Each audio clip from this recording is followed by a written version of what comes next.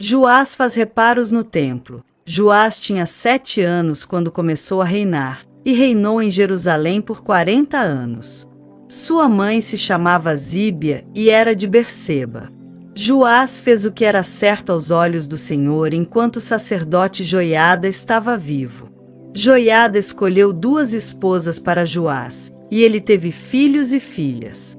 Algum tempo depois, Joás resolveu fazer reparos no templo do Senhor.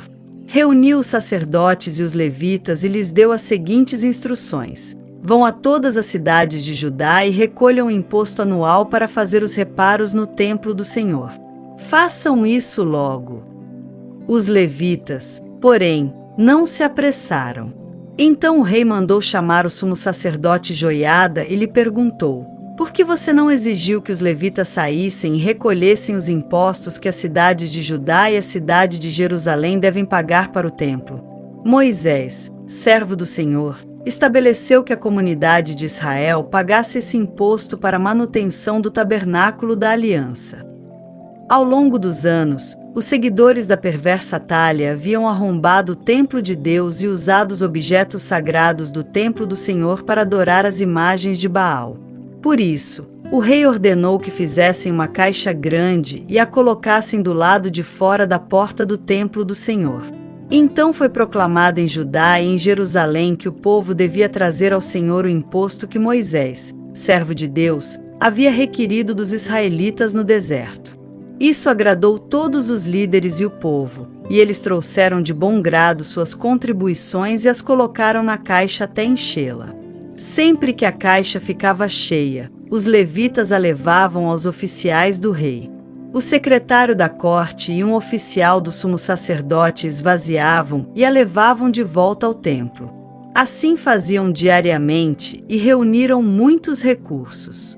O rei e Joiada entregavam valor aos supervisores da construção, que contratavam pedreiros, carpinteiros e artífices que trabalhavam com ferro e bronze para reformar o templo do Senhor. Os homens encarregados da reforma trabalhavam com dedicação, e a obra foi progredindo. Restauraram o templo de Deus de acordo com o modelo original e o reforçaram. Quando todos os reparos foram concluídos, trouxeram ao rei e a Joiada os recursos que sobraram. O valor foi usado para fazer diversos objetos para o templo do Senhor, utensílios para o serviço e para os holocaustos, além de vasilhas e outros objetos de ouro e de prata. Enquanto o sacerdote Joiada viveu, os holocaustos eram oferecidos continuamente no templo do Senhor. Joiada viveu muitos anos e morreu em idade avançada, com 130 anos. Foi sepultado entre os reis na cidade de Davi, pois havia feito bem em Israel para Deus e seu templo. As reformas de Joiada são desfeitas. Depois da morte de Joiada, os líderes de Judá vieram ao rei Joás e se curvaram diante dele, e ele ouviu seus conselhos. Abandonaram o templo do Senhor, o Deus de seus antepassados, e adoraram postes de Azerá e ídolos. Por causa desse pecado, a ira de Deus veio sobre Judá e Jerusalém. Ainda assim, o Senhor enviou profetas para trazê-los de volta para ele. Os profetas os advertiram, mas o povo não quis ouvir. Então o Espírito de Deus veio sobre Zacarias, filho do sacerdote Joiada. Ele se pôs em pé diante do povo e disse: Isto é o que Deus diz. Por que vocês desobedecem aos mandamentos do Senhor? Com isso, deixam de prosperar? Visto que abandonaram o Senhor, agora ele os abandonou. Então os líderes conspiraram contra Zacarias, e o rei ordenou que ele fosse morto por apedrejamento no pátio do templo do Senhor. O rei Joás não levou em conta a lealdade que Joiada, pai de Zacarias, lhe havia demonstrado, e matou seu filho. As últimas palavras de Zacarias antes de morrer foram: que o Senhor veja o que estão fazendo e vingue a minha morte.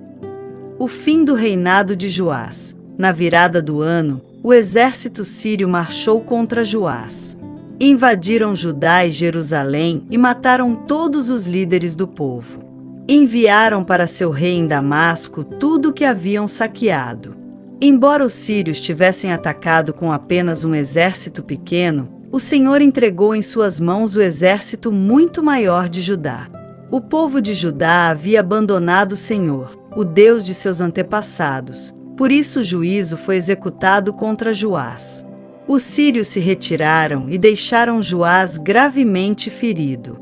Seus próprios oficiais conspiraram contra ele porque havia assassinado o filho do sacerdote Joiada e o mataram em sua cama. Ele foi sepultado na cidade de Davi, mas não no cemitério dos reis. Os assassinos foram Josacar, filho de uma monita chamada Simeate, e Jeozabade, filho de uma moabita chamada Somer. O relato sobre os filhos de Joás, as muitas profecias a respeito dele e o registro da reforma do templo de Deus estão registrados no comentário sobre o livro dos reis. Seu filho Amazias foi seu sucessor.